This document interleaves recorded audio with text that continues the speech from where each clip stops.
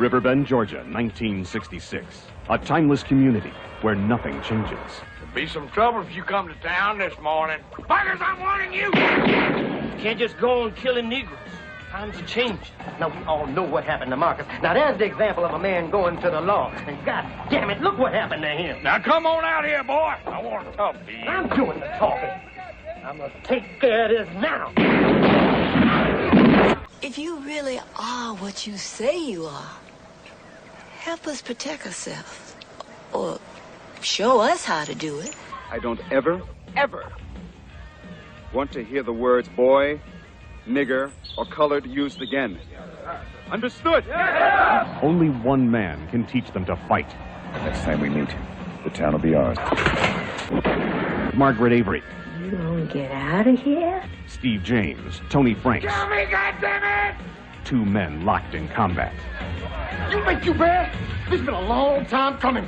Come on! Riverbend, the battle for freedom, has just begun. Hey, I'm Margaret Avery. I play the part of Belle in the film that was shot 40 years ago, Riverbend. And I just had a great time talking with Zak and these other actors that are 40 years just as old as I am. Thank you, Zak. Hi, I'm Alex Morris, and I played Butch in Riverbend, and I just had an outstanding time talking to Zak and seeing my dear friends Margaret Avery and Julius Tennon, and wow, the wonderful director Sam Firstenberg. Thank you so much. I had a blast. You made an old man's heart happy.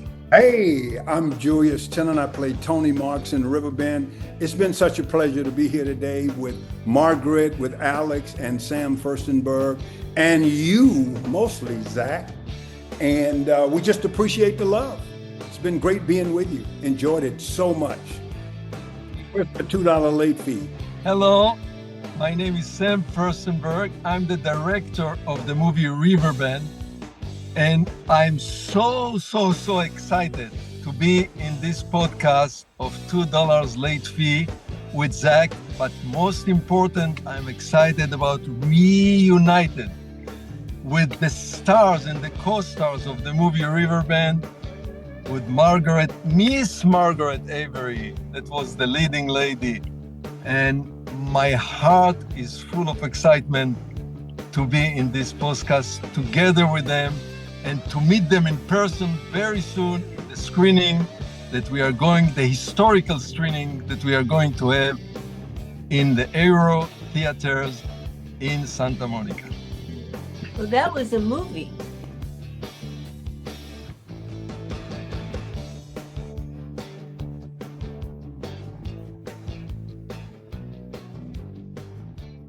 Before we logged on here, I brought in Margaret Avery. Hi, Margaret. How are you? Hi. I'm feeling so blessed and excited to even got into the technology to see you. I know. Technology is a wonderful thing sometimes. I started out on the laptop. I don't know what happened. And so now I'm on my phone. So I'm excited that everything worked. Oh, me too. Me too. And then, so I brought in Alex. Hi, Alex. How are you? Alex Morris. Outstanding. I am just thrilled to pieces. Margaret hasn't changed. This is what's killing me. Margaret hasn't changed. No, that's the one thing about these, that if you can get to the technology, it's really wonderful. It doesn't show up all your crow's feet. True.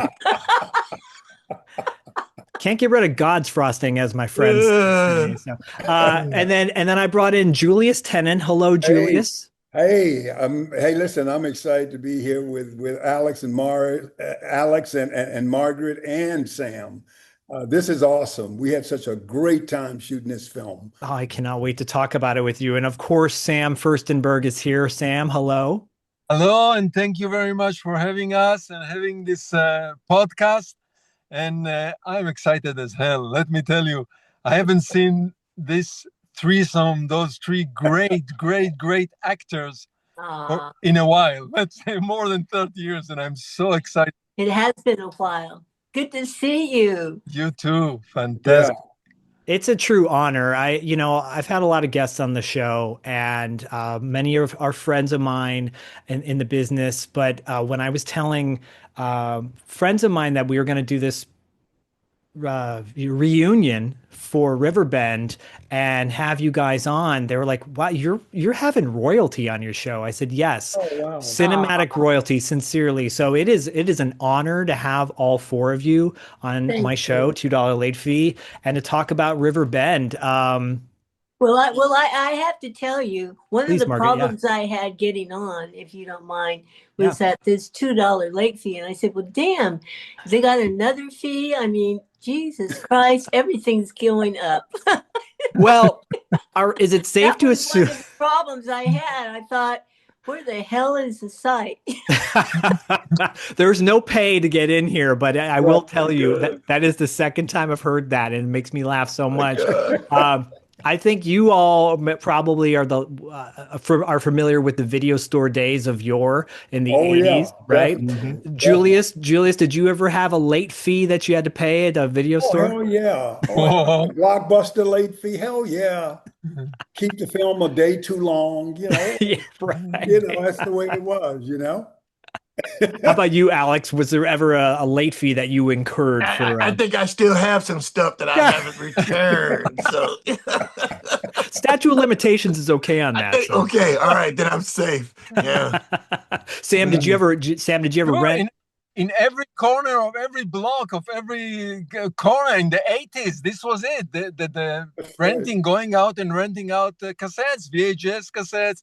And we always were late to give them back, for us, for the children. Yeah. I worked at a video store, so I had to call those people and tell them that they had a late fee. And then I heard the wife yelling at the husband saying, "You didn't return the movie? What's wrong with you?" So, won't say what that movie was because this is a PG podcast, but Margaret, it is an honor. Like, this whole group is wonderful. I'm looking at all y'all, and you're all beautiful faces. I don't care if technology cleans you up or not. Here we are in 2025 talking about Riverbend, a movie that is 35 years old at this point. Exactly. And Maybe 40, isn't it 40? Not yet, almost 40. Okay. Yeah, this year was the 40th anniversary of American Ninja. Riverbend was like 2 years later. Right. And you're celebrating Riverbend's re-release, anniversary, et cetera, by doing a screening at the Aero Theater in Santa Monica.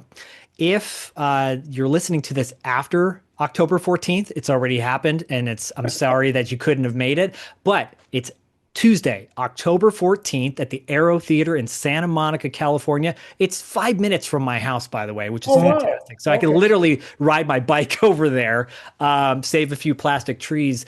And your guys are going to be doing the screening. There's going to be the Q&A with the cast and the crew, et cetera, et cetera. Margaret, did you think that this movie, 35 years, almost 40, we'd be talking about this movie 35 years later? Absolutely not. No, I mean, I was enthralled by the theme of it, and so, but I never went past that. But then you remember now, 35, 40 years ago, I was in a total different mindset. I mean, I wasn't very mature. I mean, when you get to be 80, you see how naive you were 40 years ago. God bless you, 80. God bless 80, you. yeah, 82. I'm 70. Wow. I mean, fantastic. I'm still immature, but it's all good. So. But you ask about the thing that I loved about the film was that there were Black people involved. And that was very rare then for Black people to be involved with producing a film. Right.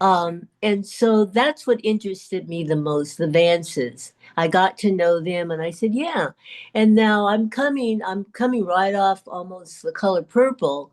So to me, it's a very low budget film, but that didn't matter. It was who was involved. And remember, nearly 40 years ago, we didn't have our Spike Lees and all that we have now, Dave. John Singleton, for example. John Singleton, yes. And so this was very special to me, mainly for that. And then, of course, Steve was such a chunk. I mean, I do want to spend a little bit of time talking about Steve James because boy, oh boy. And I'm sure I was older than he. So it's like I felt like I was lucky, the older woman with this young hunk. I mean, hey. Well, before we get into all that, because I definitely want to talk about that. Sam, how did this, can you tell us a little bit about how this project all came to be? I will, but I want to mention one thing. The screening that you are talking about, it's not only re-releasing of the movie. There is much, much more to it. Oh. 35 years ago, the movie was produced by private money, but private people, not by a production company. And for many reasons, like 1 year after it came out, the movie disappeared, vanished. Yeah. It was released in a very, very limited type of release by actually big company, by Paramount, on a very poor quality VHS, limited amount of VHS cassettes on the market. And slowly it kind of disappeared. There were no prints to be found. There was hardly any VHS cassettes. Only avid collector had them. And what we are witnessing next in 2 weeks from now is a screening of a lost print that we found in a warehouse. There was no other print all over the world to be found. So we found the original negative, and of a movie that totally vanished, totally disappeared from the radar screen. But don't you realize why it vanished? I mean, that's the point. I told Julius and Alex, I have some kind of suspicion. Okay. I don't have proof. As I said, the movie was. This happened to the spook that sat by the door. That's right. It was the same kind of thing. It was on Hollywood Boulevard for a day, and then when I went to see it 2 days later, it vanished. It's vanished. And because we're talking about nearly 40 years ago, where the country was, they didn't want this subject matter, right? Particularly the political implications of it. Now today, maybe, but I don't know, because now we've got the crazy administration. Right. They don't want any kind of history or anything. So I'm so happy for all these reasons that you dug it out. But you might be right, Margaret. But the movie, as I mentioned, was acquired by a big company, by Paramount. So why are they're not releasing it? There might be some politics, as you say. Maybe the movie was too advanced for the time, too radical for the time. And also, too, we got to remember, sometimes things are made for a tax deduction. I mean, what is the purpose of them making the movie in the first place? Yeah. They may not have the same motivation that we had. It's a lot of stuff I'm finding out that we have no control over. Mm-hmm. And that, Hollywood isn't exactly the most honest and loyal environment. And sometimes they buy movie to bury. This is a common practice in Hollywood, buying movie to bury it. And they do that with the music industry. It's not only the industry that does this. I've heard this with the music industry. They'll sign artists up to just shelve them so that they can push someone else. So maybe, and there was Mississippi Burning coming out at the same time. Maybe it was in order not to create competition, because it's kind of a similar movie. My wondering, and I think, Sam, you might have started to say this. I don't want to spoil the no spoiler, please. Major points. I do want to talk a little bit about, obviously, the characters that you all three play and making this movie, Sam. But and Margaret, you really hit upon a very relevant thing, that this movie, while it's 35, 36 years old, it's still very relevant in 2025. And even more so, right, Sam? More than when it was made. Yeah. And Sam, you had mentioned Mississippi Burning had come out, but however, that film had a white lead in it, in Gene Hackman and Willem Dafoe. And this film is a black film, and it's a beautiful film. It really balances, to me, it balances the tricky subject of drama and action and merging the two. But Riverbend is a really nice blend of action and drama. hitting home a very relevant topic and issue that I think everyone should see. And it's done in a way that I think younger people can see this film and also like go, okay, there's something in there. There's some great montages which really bring in like the fun, like, okay, here we go, we're gonna train and we're gonna get into this and it's gonna be great. But then you deal with a really heavy subject matter as well. Julius, I want to ask you, you play Tony in the movie, and Tony is a very complex person. Can you talk a little bit about your experience making Yeah. Riverbend? It was a beautiful film, as Margaret just spoke so eloquently about. And obviously, it dealt with, these three soldiers that obviously went AWOL. I mean, they were obviously stationed in the South. Something happened that and they were on the way to the brig. All three of us were on the way to the brig because we'd obviously done something. And ingeniously, we broke out there in the South in this small town. We came up on. We didn't know. We just were breaking out because we needed to get out because we needed to have time to get ourselves together to prove our case. That was what it was all about for us three. Obviously, Steve was our fearless leader, but Alex and I were still following him as if he was our commander. Right. And we end up in this small town. And then we find out the atrocities and things that are going on. I mean, we kind of scare Margaret when we show up at her house that night, wanting to, needing shelter and all that. And then Steve and Margaret and Steve, through their being together and stuff, learning her plight of what was going on in the city. And then Gus and Fat Band come by and they talk. And then so this thing starts coming together. And she puts on Steve's heart. Maybe you can help us. So Tony was very complicated. Obviously, he was from the North.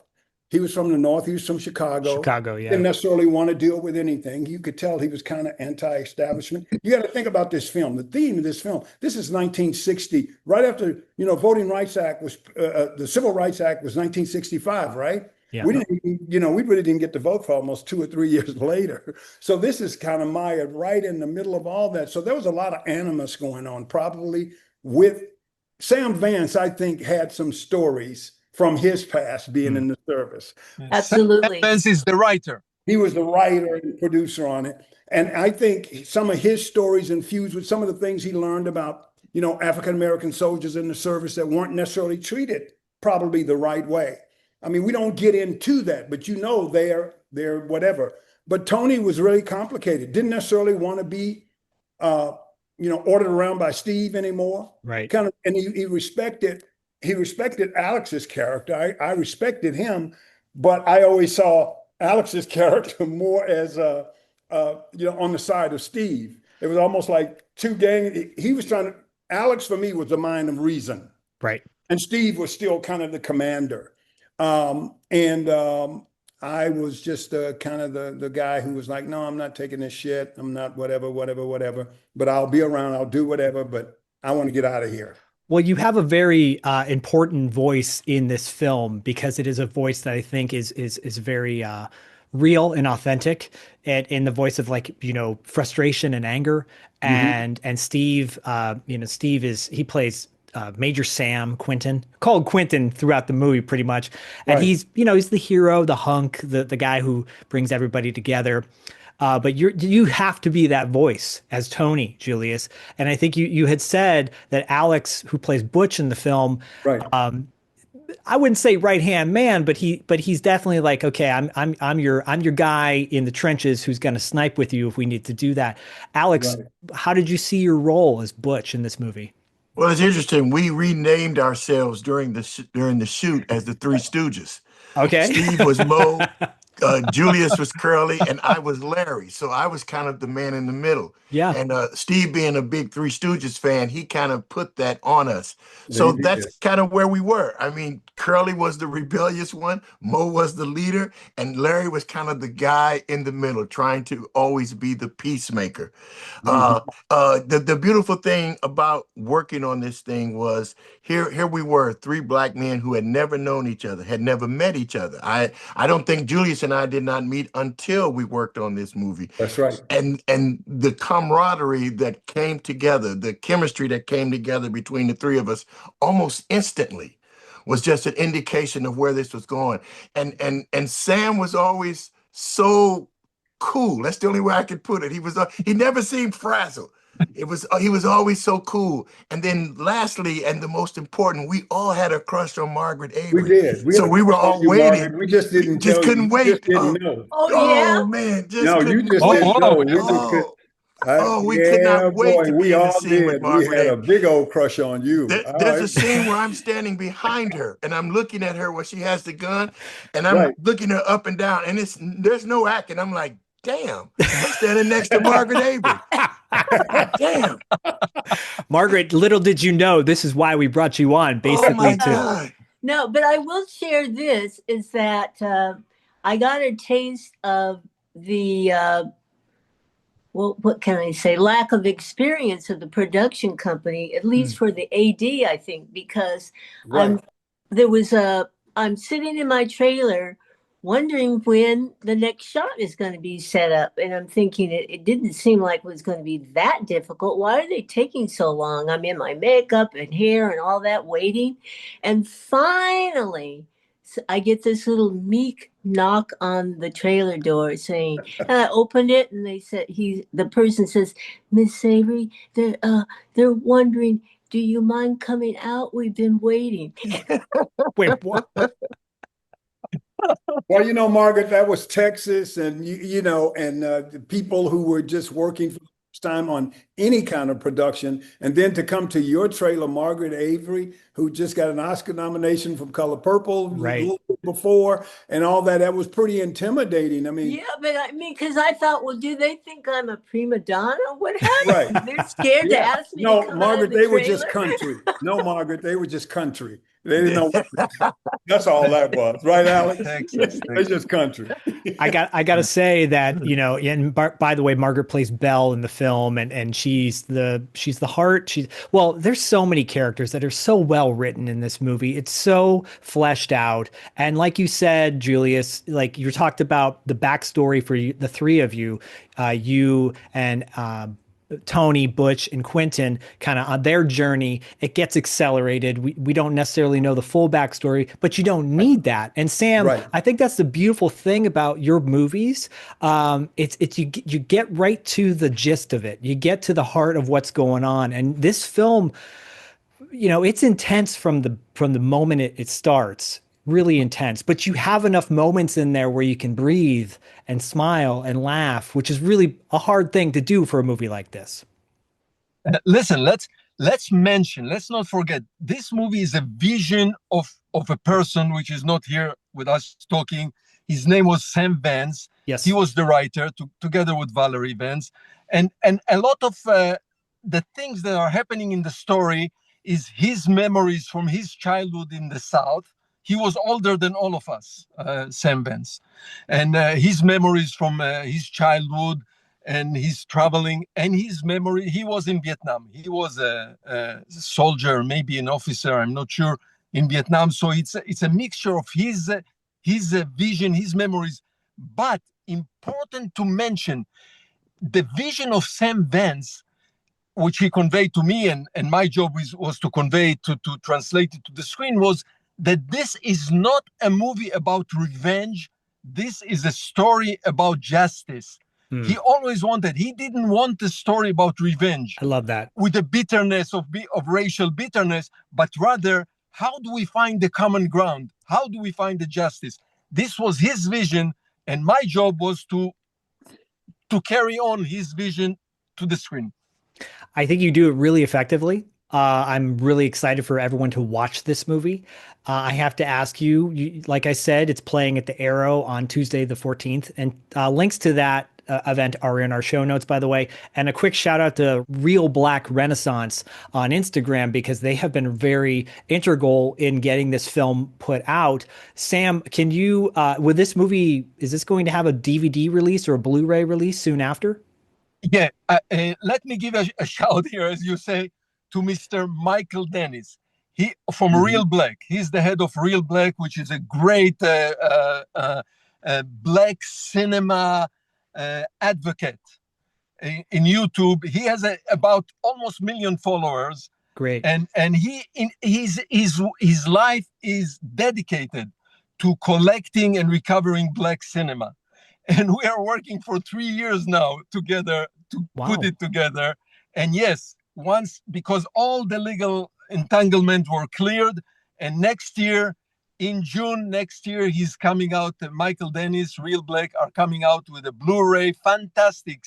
It's now being scanned to 6K quality. It will come out in 4K quality. Fantastic with addition. The disc is going to have a lot of bonuses, additions, and translation to different languages. And the quality, I'm telling you, you three guys, Alex, Julius, and Margaret, you have seen the movie in VHS, but what you are going to see next weekend, the glorious colors, how beautiful it is that we have never seen before. You are going to be amazed. Okay, but you know what? I really do want, because it's such political, fragile time now, I'm hoping that the film will not think it's a suggestion of any way to settle all the differences that we have now. I mean, because we have so many copycats now. And I think that some kind of way, I'm hoping that this can be a forefront of the films in some kind of way. That's all. And I get that, Margaret. I mean, I think, listen, we have a central character of Tony Frank, this character, this sheriff who's racist, right? Right. In this community. And he pretty much holds all the pillars of everything in that community.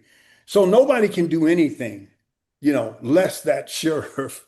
And I don't think, and that's why I love this movie so much, because he was the kind of, so to speak, bully of the community, and everybody followed his lead.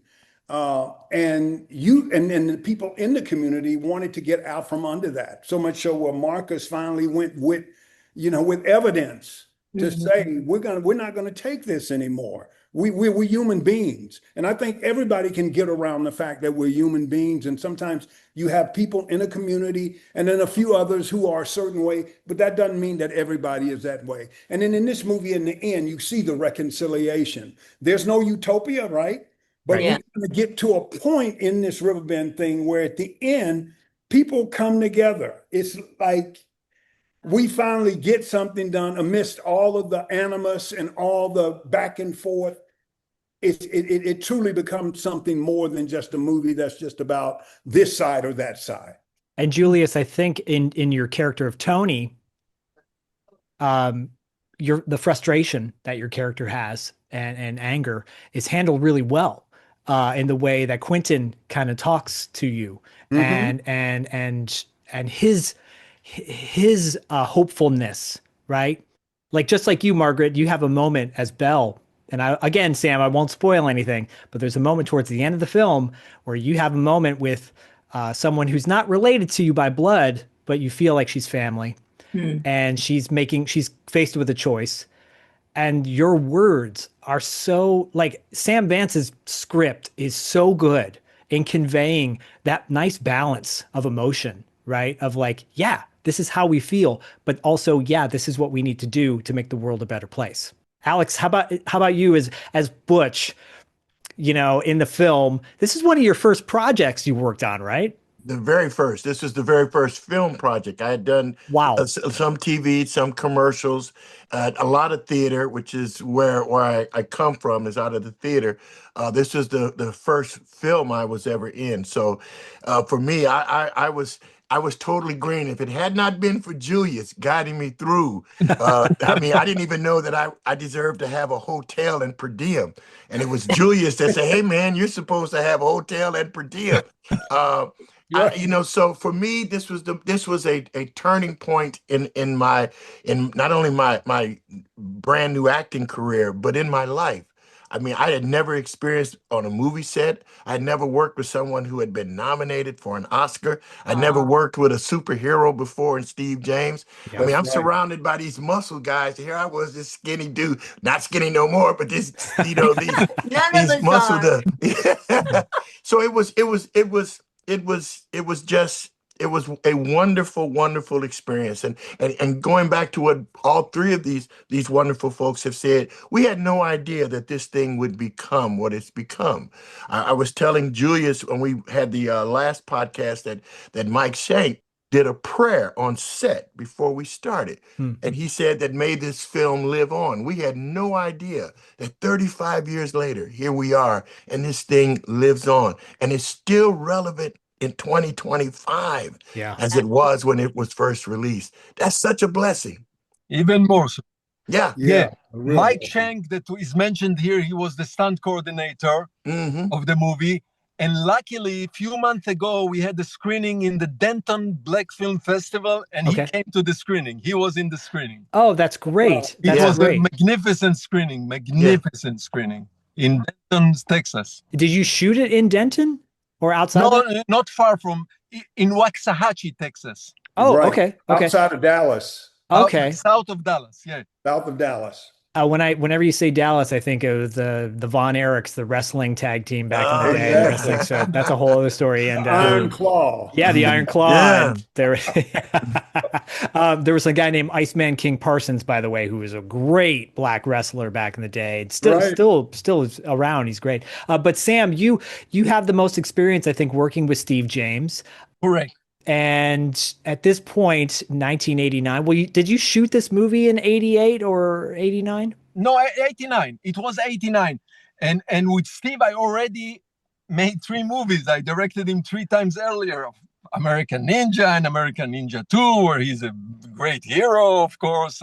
Martial art. He was a martial artist. And another movie, Avenging Force. And in Avenging Force, let me tell you a little bit of a kind of an episode. In this movie, Avenging Force, Steve is a politician, black politician who is running to in New Orleans to a position, but he's being at some point he's being killed. That's part of the story. And for Steve, it was very, very hard. Steve saw himself as, the next black American hero. Action hero. And for him to die in a movie, it was so hard. And he came to me and said, can we change the script or something? I said, Steve, this is the heart of the script. James Booth wrote the script, great writer, actor, James Booth. And I said, okay, I will do it, but it's for you, but you owe me. He always told me, you owe me. and luckily enough, we got this movie.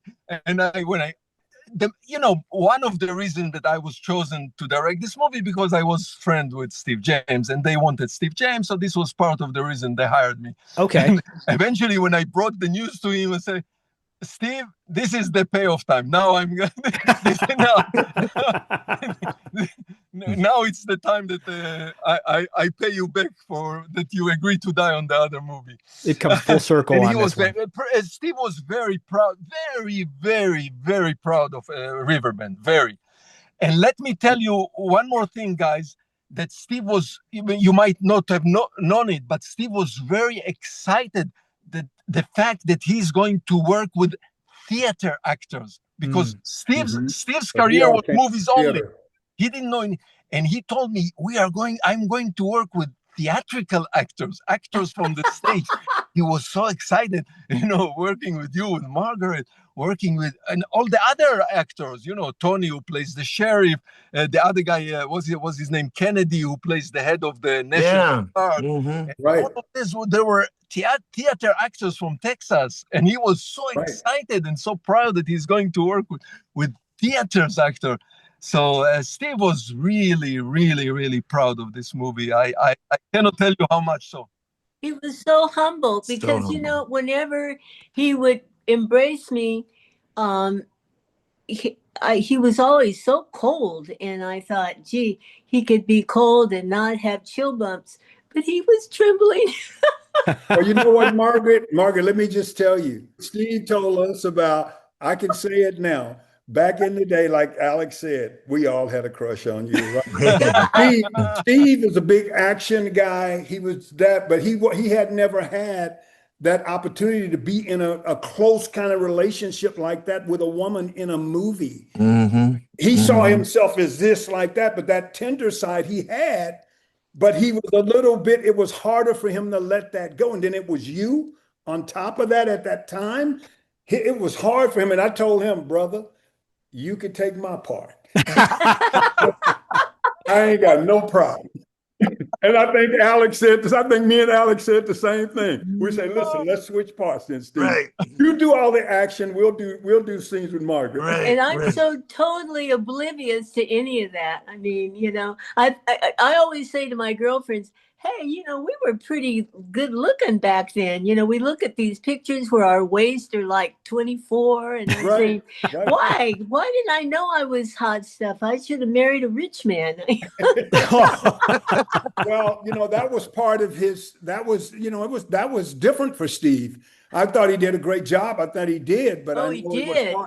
And such a wonderful person. It was harder for him to just be comfortable. And I would imagine Sam could probably resonate with that because Steve, he's more of he was an action guy. But as I got to know him, I found him to be just such a wonderful, warm person and genuine, and his passing was very sad. He left us way too soon. Yeah, he did. Because he had a lot of greatness coming forward. He did. He had a lot of greatness coming forward. I would hope that anybody watching this, or maybe it's already in the works, but I would love to see a proper tribute and documentary paid to Steve James because he was such a diverse actor. When you mentioned Julius, he's like a superhero. He looks like a superhero. By the way, there's a moment in this film where he kind of talks about the significance of the sleeveless shirt and the headband, and it is wonderful. It's one of my favorite moments in this movie because I'm just like, this is what I've been wanting to hear for decades. Why it's a look. It's like his signature look, right? But he's so dynamic, and this movie allows him. I said it in the onset. This movie allows him to play the action tough guy, but also the dramatic side. And Margaret, he has scenes with you that are very intimate. And you two are, some horrible things have happened to you in this film as Belle. And it's handled in a really gentle way, I think. And can you talk about those scenes you did? Did he seek out advice from you because of your background? Steve, no.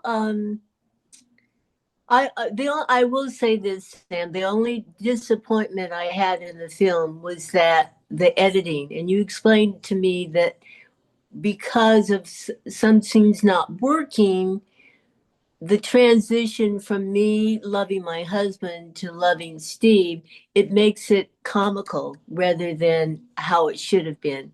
So I understand that now. You told me that you had to edit that way because the other scenes didn't work for whatever reason.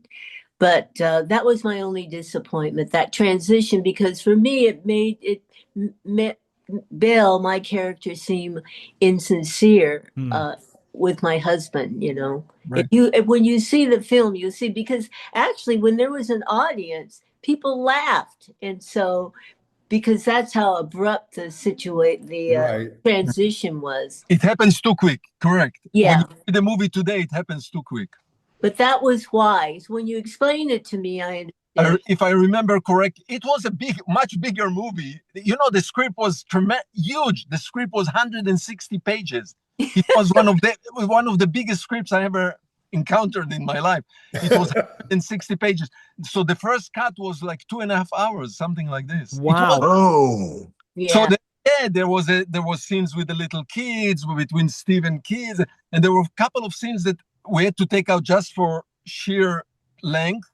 And some of them didn't work. When you see a scene that doesn't work, I hate it when I go to movies and I see like a bad scene in a movie. Obviously, it had to be out. Yeah. Will those scenes show up on a future release in June? I don't think so. I don't think so. Again, because this was a privately financed movie, it was not organized. It's not a studio. It's, we are not talking here Universal. I don't think anything was kept. All the outtakes have been kept. I don't think so.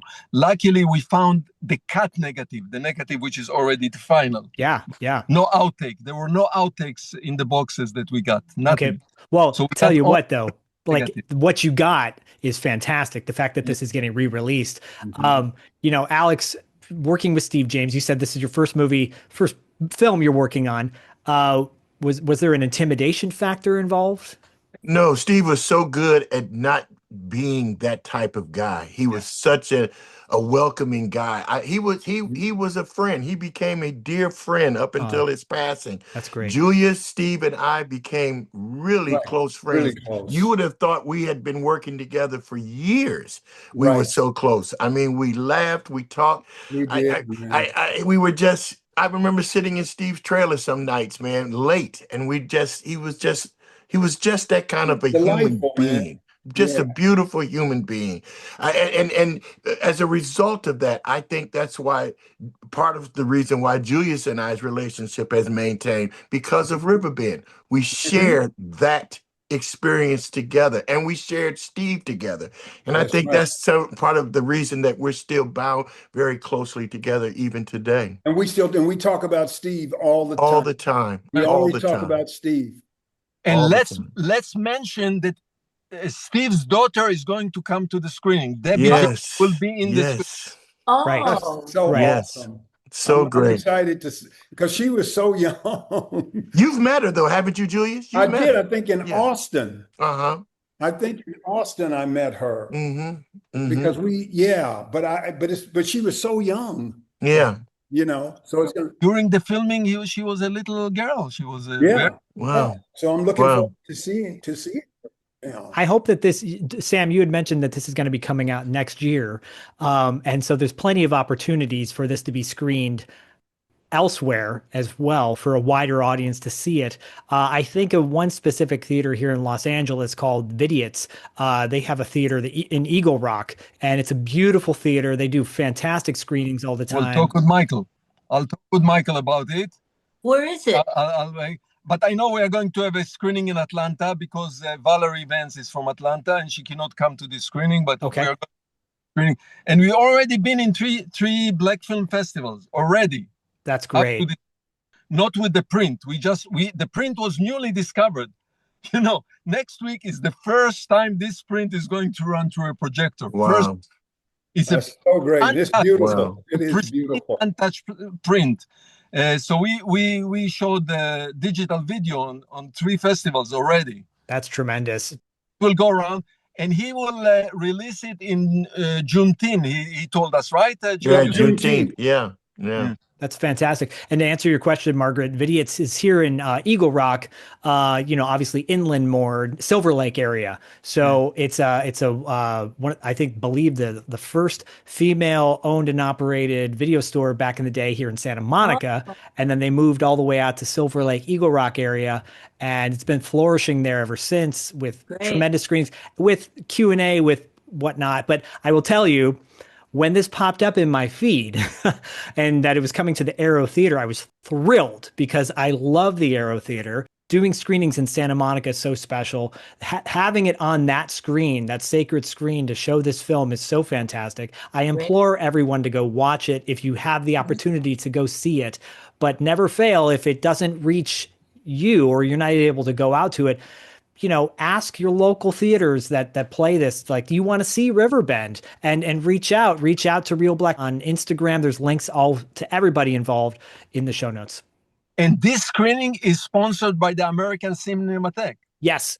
I want to be mindful of everyone's time, and I want to talk a little bit more about Riverbend, but I do have a couple questions from fans and listeners, and I'm hoping that that's okay if we can ask you guys. Yeah. Sure. Okay. Sure. All right. So, Sam, my friend and co-host, Dustin, who couldn't be here today, he had a question about Breaking 2 and Electric Boogaloo. And he wanted to know the filming process of doing Turbo dancing on the ceiling. Do you have any recollections of doing that?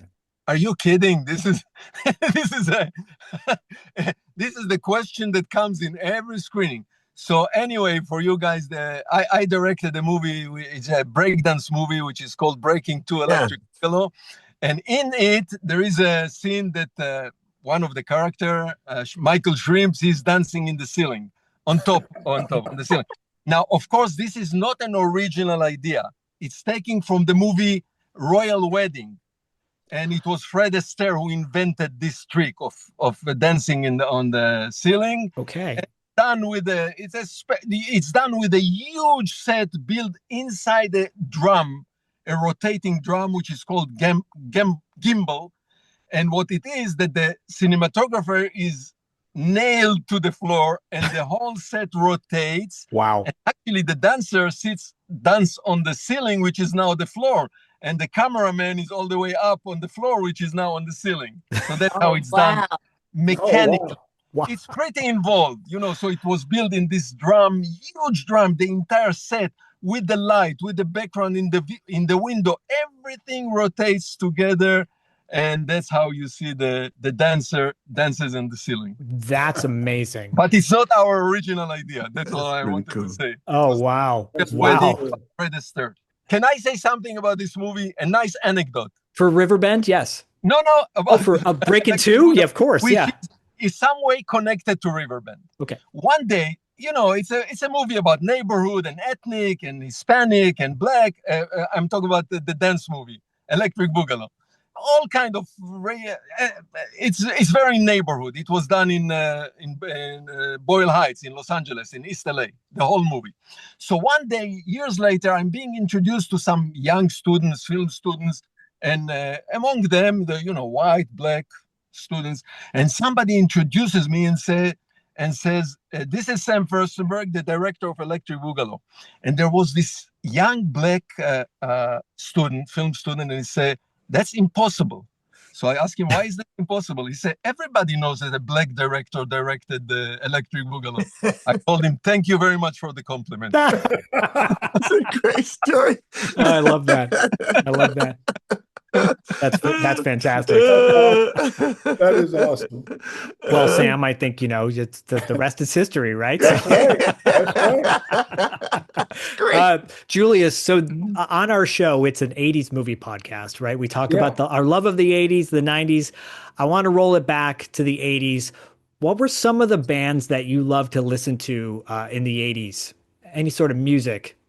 Oh man, I mean, you're talking about Earth, Wind, and Fire. You talk about Tower of Power. You talk about what was it? Was it the Cameos? Yep. Cameo. Word Up. Yep. Man. I mean, there were so many. I mean, that's when people used to sing. It wasn't all this electronic stuff. I mean, people could sing. And that's when you had the groups. That's when you had, the Temps and all of those. Oh, yeah. I mean, it goes on and on and on. The music, I think some of that music was some of the best music that was ever, from the 60s to the 80s. Man, please. And when was it that the bass, yeah. Ooh, sometimes I thought at one point I'd love to die and come back as a bass. I mean, with somebody playing me. Oh my God. The bass was always fabulous. Yeah. Brass construction. You talk about brass construction. Yeah. I mean, man, please. Yeah. Ohio players. Yeah, Ohio players. Oh, wow. Just on and on and on. So many great groups. I love that. Margaret, again, we are, like I said, 80s movie podcast, but we also focus on soundtracks, and we have a show called 80s Kids Unite, which talks about the fashion and the styles of the 80s. Oh, yeah. Was there like a particular fashion or style of the 80s that you just loved that you wish maybe could come back, or just you loved in general? Well, I tell you, I love the 60s because I have skinny legs down at the bottom, but my thighs are great. So when we were wearing those, when we wore the tall boots, they come up almost to the knee, and then the mini skirt, we show my little thighs. Ooh, I thought I was it. I mean, it was great. I love the 60s. And I love it. I based on Alex and Julius's recollections of you being on set and Steve. So Rest is history too with that one. Alex, how about you? So Alex, from the 80s or 90s, what were some movies that you loved back in that day? Well, my favorite all-time movie is Riverbend. But Good call. Good call. Yeah, man, I was a huge Network fan. That was one of my favorite movies. Nice. Oh yeah, and I loved I hate to say it. No, I don't hate to say it. I loved romantic movies. I in those days I was thin in the waist, pretty in the face, had hair all over the place. So, I like those types of romantic movies that I could take my girlfriend or my wife to see and express my love through watching the films. So yeah, outside of Riverbend, it all goes downhill after that. But you know what? Wasn't Sounder beautiful? I loved Sounder. Oh yeah, yeah, Sounder was great. So uplifting, and Cicely and Yeah. Paul Winfield, they did Yeah, such it a was great beautiful. job. Beautiful. And at that time, remember, we didn't have black movies. No, That was something that came out, no. The No. direction was so beautiful, and that was one of the reasons Color Purple got such a flack, because everybody wanted something uplifting like Sounder. But anytime I see that film, I have to just sit down and watch it. I mean, wherever I tune in, I thought that was a fabulous one. That's a classic. Yeah, I think the beautiful thing about Riverbend, and I'm glad it's going to reach an audience again that needs to see it again. I implore everybody, flood your local theaters and say, I want to see Riverbend. I want it here. We'll make it happen. It's again deals with something really heavy, but also there are enough moments and ultimately uplifting where you go, okay, we can do this, but we all got to work together, and it's all got to be functional together. It's not one person versus another person. And the world would be a much better place if we continue to remember that and make those choices, make good choices. I say to my son every day, I'm like, make good choices. Do your best. Do your best is not being better than someone. It's doing your best. And there's something beautiful out of this. God, there's so many great performances in this film, Sam. And the supporting cast is phenomenal. And the town that it takes place in, it feels like, unfortunately, a snapshot out of our true history. And you have a villain in this film who is a slimy scumbag, and he is so good at being a slimy scumbag. Oh my God. He amazing. Tony Frank, and he was a sweetheart. You wouldn't Yeah. I mean, usually that's the case, right? Right. And Margaret, right, as an actor, because Color Purple, obviously you've had to endure some intense scenes, intense shooting. But when the director yells cut and you can walk away, you have these moments of like, okay, well, we can be ourselves again. We can be silly. Did you have silly moments on Riverbend? Plenty, probably. I think I had the silly moments with who was that? The little boy? Did he play my? He played my son. Yeah, he's Valerie's nephew. I had silly moments trying to coach him. That's great. Yeah, he came with us to the screening in Denton, Texas. Oh, okay. He's a counselor now, or something. He's he's a counselor. position. Correct. He's a counselor now. Correct. Oh, great. boy. He's a social counselor. Correct. Oh, that's awesome. How about you, Julius? Any moments? By the way, there is a particular fight in this film that you orchestrate. Let me tell you, that was a hell of a thing, man. That fight. I mean, I think, and Sam can attest to it. I think we shot that in the morning. I think we were shooting at 2 a.m. to 6. Wow. 4 hours, maybe a little longer for what in the movie is about a minute or whatever it is. Correct. I'm fighting Steve James. This guy's like a 5th-degree black belt for real. I mean, I didn't know shit about martial arts. So pretty much when we were talking, we were going through it. I said, let me be like found objects. Let me tackle this guy. Let me just regular fight. Yes, street fighting. Yeah, street fighting. And so that's what made it work, because if it would have been martial arts, I would have looked like shit, because Steve was he was amazing. But we both ended up getting sick, and I was happy that he did for a day, because I was thinking, if I'm feeling sick, sweating this down much, and all this and this dude don't get sick, this is Iron Man, because he was truly Iron Man. Let me tell you, this brother he was built like a shit brick house. This dude was something else. He was amazing. Amazing talent, and just athletic, and just awesome, man. It was awesome to do that scene with him. I thought he did a good job choreographing that scene. It's really well choreographed. It's really well choreographed. The most challenging thing for me in the film was not to show how deathly afraid I am of guns. I mean, even in the movies, I mean, I can see a film, and I can tell when the music is ominous, I get up and leave. I just don't like any kind of violence. If I know somebody's going to get killed, I have to leave the room and then come back, and I ask my husband, well, what happened? How did he get it? Husbands are good like that. I do that, the same thing with my wife. She's like, tell me about what happened. I have to walk away. I can't see this right now. I'm like that with horror. I don't want to. You held the gun pretty good on the sheriff. Yeah. But I be seen in the house. I was acting.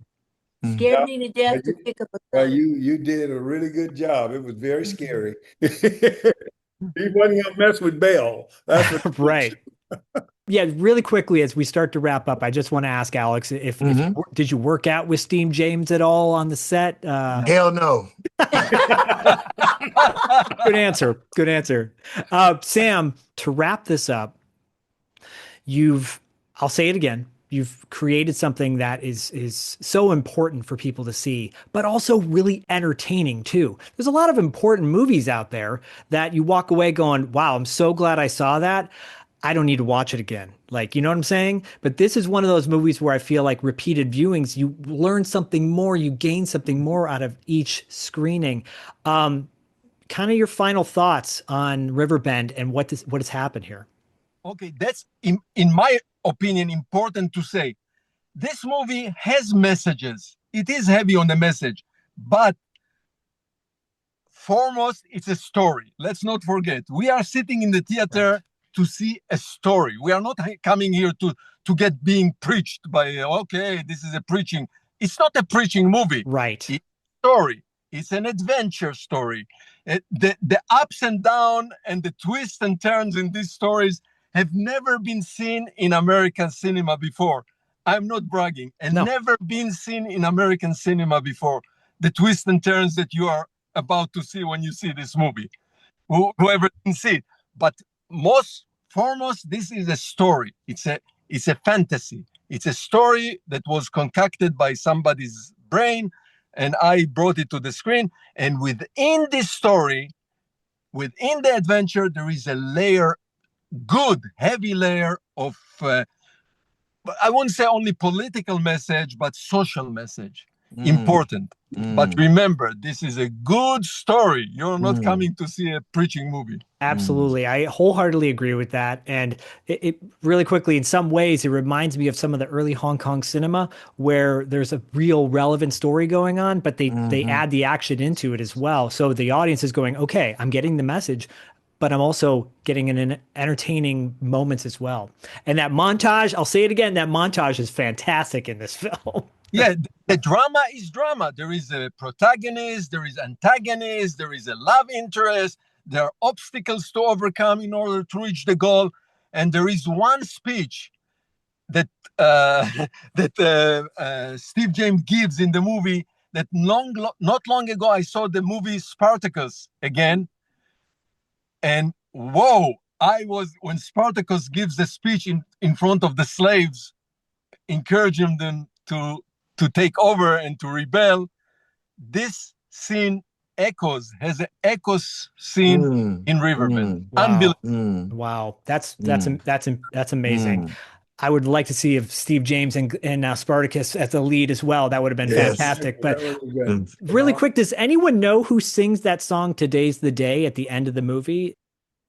Yeah, listen, the composer was from Texas. It was composed by, and I just spoke with him not long ago again, and he hired the singer. I don't remember the name by heart at the moment, but he hired a singer to sing the song that he composed. It's a really beautiful song, by the way. When at the end of the movie, the final scene, absolutely, and over the credit. So he told me that he hired she was a local Texan singer. That's great. That's great. Okay, I'm going to say it again. Quick shout out again to Real Black Renaissance on Instagram. Go check them out. There's a lot of information about Riverbend on there. We only have so much time with everybody, and I hope to continue this conversation again down the road. But in the meantime, this is dropping before October 14th. I implore everyone, if you're in the Los Angeles area, even if you're not, ticket prices are kind of reasonable. You can get a ticket, fly on out to Los Angeles, meet the stars, the director, so much more. Steve James' daughter's going to be there.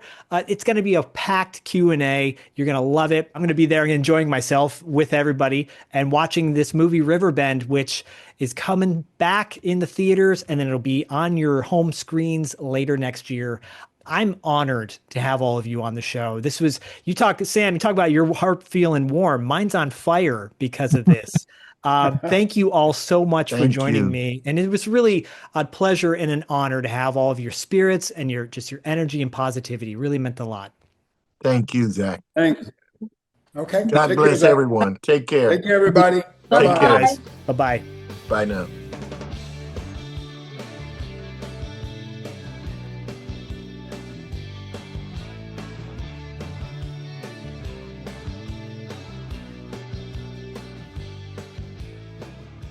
Oh, listen, I just wanted to say goodbye and remind you that the good guys always win, even in the 80s.